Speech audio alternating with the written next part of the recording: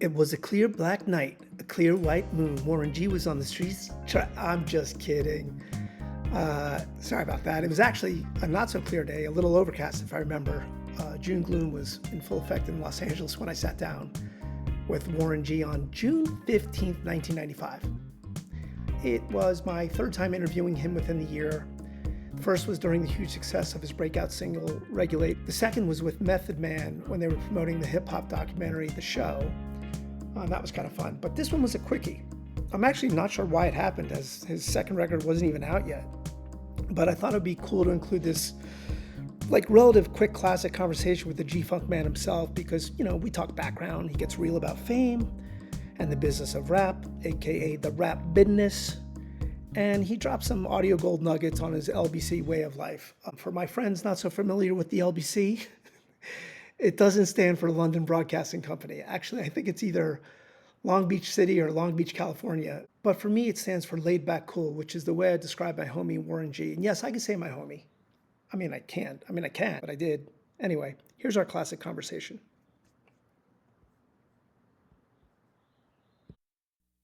All right, I just, you know what I need to get from you, like real, like actual bio information, and the fact that, like, you know, so much stuff is written about you. I want to make sure we get this right. Birthday. 11/10/70. All right. Yeah, So now we know how old the twins are. yeah, They just had a birthday. yeah. Let me write this down. 11/10/70. All right. Now, Warren, when was it first? When did you first, like get interested in music? Are we talking like in the crib?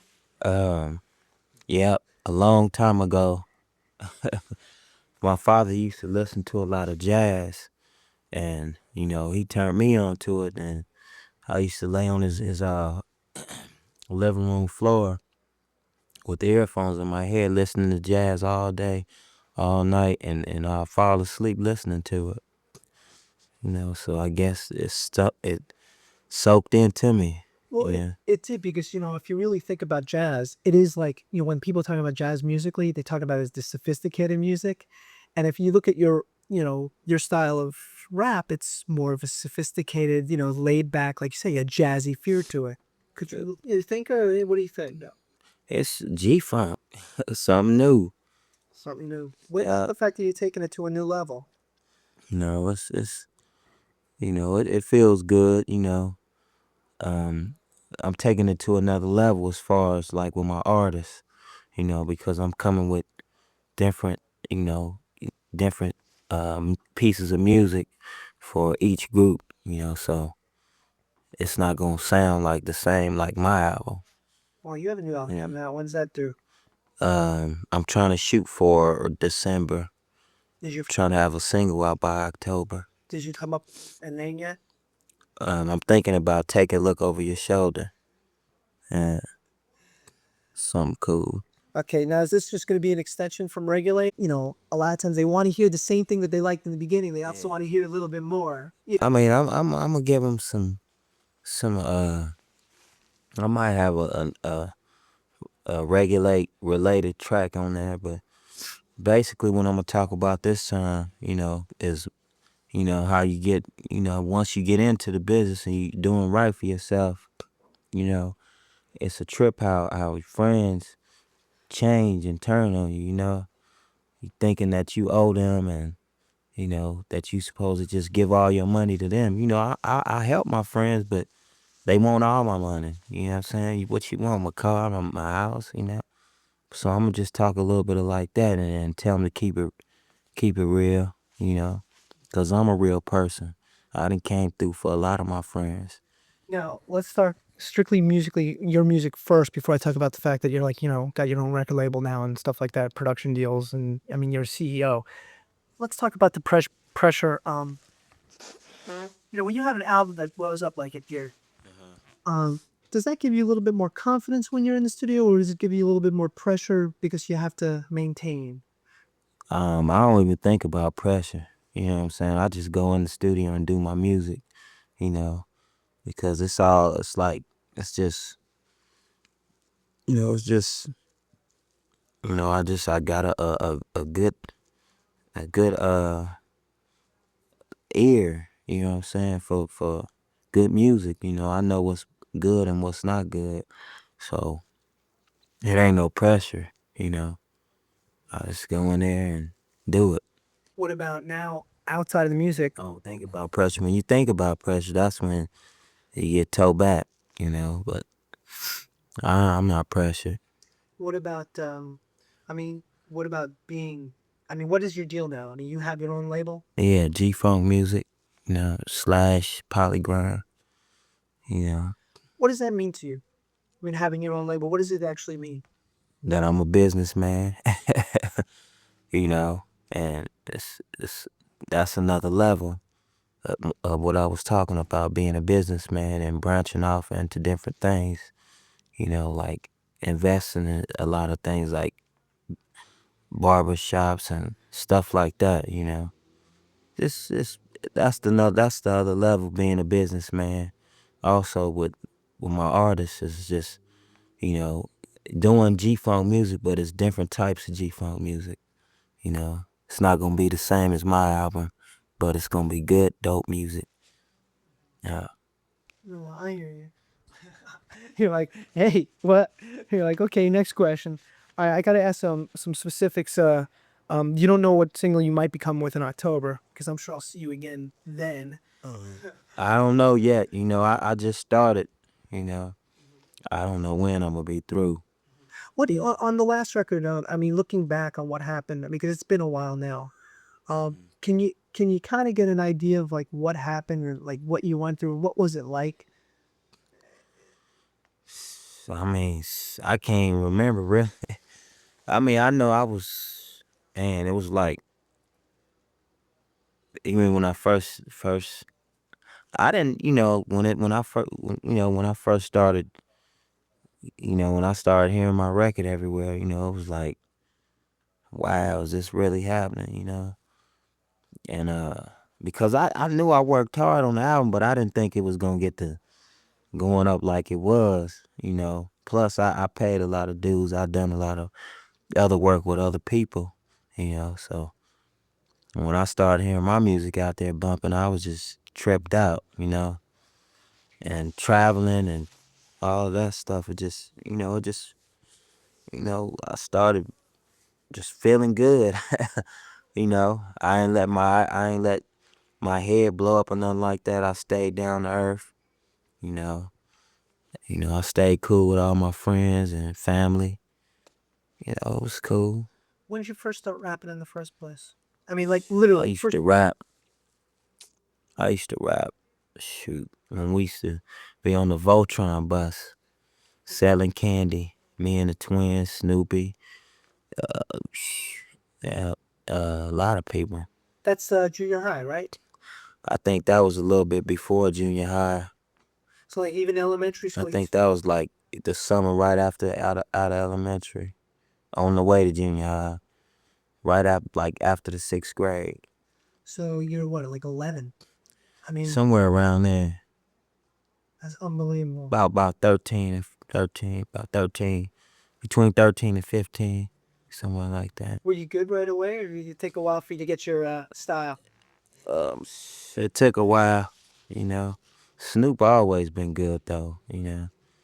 Twins too, they all just used to just freestyle and we just be rapping, just rapping, trying to be like Run DMC and all those guys. You know, They were like the rap influences were like Run DMC. back then, yeah. Who else? Dougie Fresh and Slick Rick and Heavy D and all of them, Schoolie D and a lot of old school rappers. Ice T, But you Count Cool Out, huh? but you always seem to have like you even said like maybe you had the ear for it, like the ear of what might sound good, what might not sound good. Yeah, it just happens. I can't explain it, man. No problem. All right. Going back on the debut, what awards did you win? I mean, do you know how many awards you won? Like, what was I didn't win none here in the States. okay? You didn't win any awards in I the was States. nominated for. Oh yes, I won this award for this pre Grammy awards. It was some pre Grammy awards that they had, and I won an award there. But all the other ones I was nominated. Nominated AMAs, Grammys, All of them I was nominated. Billboard, you name it. Nominated, but you won. Where'd you win? We won overseas. What'd you win? I think I won something overseas. I'm not sure. The awards important for you? I mean, does it make a difference, or is it the fact that the kids are buying the record that makes it? I mean, The awards is cool. I was mad because I didn't win because I worked hard and my music was better than a lot of that music that beat me. You know, I guess it's something that has to do with you know the the award board or something like that. I don't know. there's definitely A lot of connections or some politics. a Yeah. lot of politics. All right, what about all right, Taylor Swift? I just need to know, what are some of the hobbies? I mean, what are you doing? Raising my dogs, Raising dogs. What do you like, Aaron Hall now? No, just my kidding. pit bulls. I got pets. I've been raising pets for a while. Raising dogs. You raise pits. Ever since I was little. You know, hang chilling with my family. You know, What besides raising dogs? You chill with family. Raising dogs, family. I mean, you like playing who? I mean, because basketball, football. a lot of people don't realize that you actually got the height. Yeah, How tall are you? about 6'3.5". Did you ever want I like skating is cool too. I like that. skating or blading? Skate. Yeah, So roller skating. Was there ever any talk of you, like were you actually good enough to play ball, like, maybe high school? nah, I was a football player. Yeah, I played strong safety.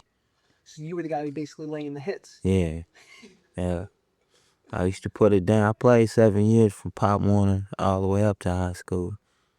Yeah. Okay. All right. So we got the hobbies. We got that. All right. We got the next album. All right. Just give me like just your feels on the state of hip hop. Because people like to have a little fun with that question in the sense that some people say it's dead. This. What direction is it? I mean, give me a little insight. I'm saying it's hip hop is going straight to the top as far as I'm concerned. As long as all of the artists stop trying to battle each other and become one, and just go out here and just make money. You know what I'm saying? It's too much.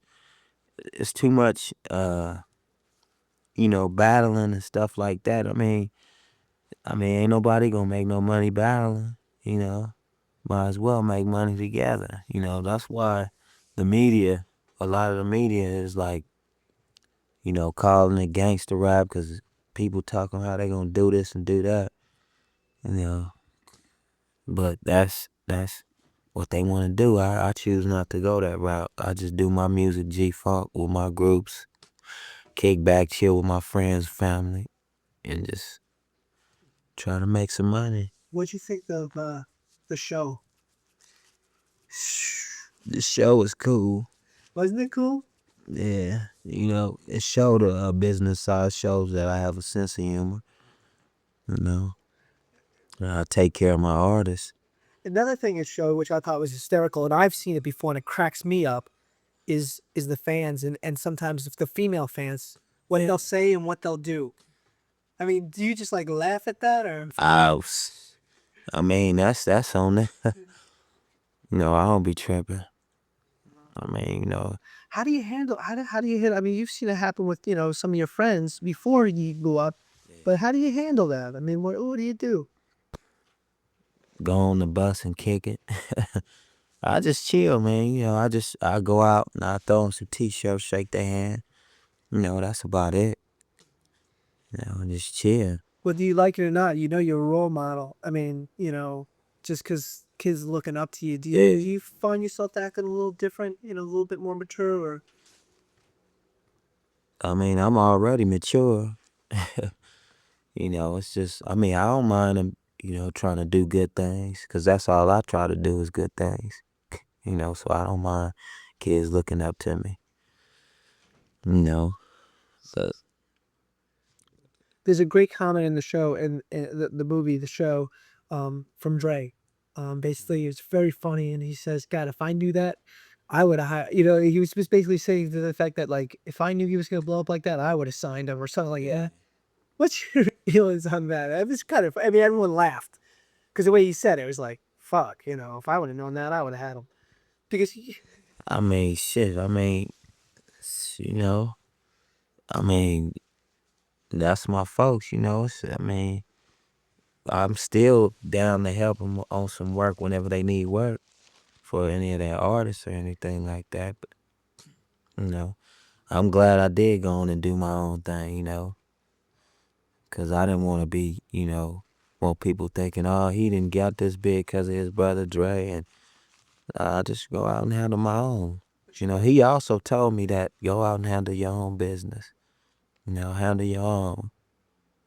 He told me that. Mhm. Yeah. Boy, you took it to the other level, don't you think? Yeah. All right. Give me a little insight to the future. More importantly, not in the world, more importantly for Warren G. I mean, what's gonna happen? What would you like to see happen? I mean, this is like the last 90 question.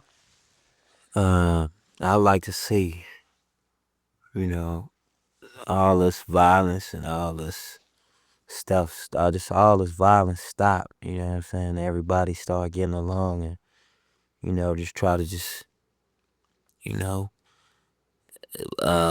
keep the peace. That's about it with me. And whoever is trying to come up in the rap music to keep us straight ahead, don't let them get you out your money. You go handle all your legal business and follow your dream and guarantee it come true. That works. Oh, okay. All right, we're done. And that was Warren G and me, or me and Warren G. I'm not sure how it works, but anyway, that was from an interview back in '95. Still riding high off Regulate, building G-Funk into something bigger, and keeping it real, as the kids say, as they still say, I think. If you're into this kind of throwback, there's going to be plenty more where that came from. So hit subscribe, if there's a subscribe button, and keep it locked for more classic conversations. Just press play.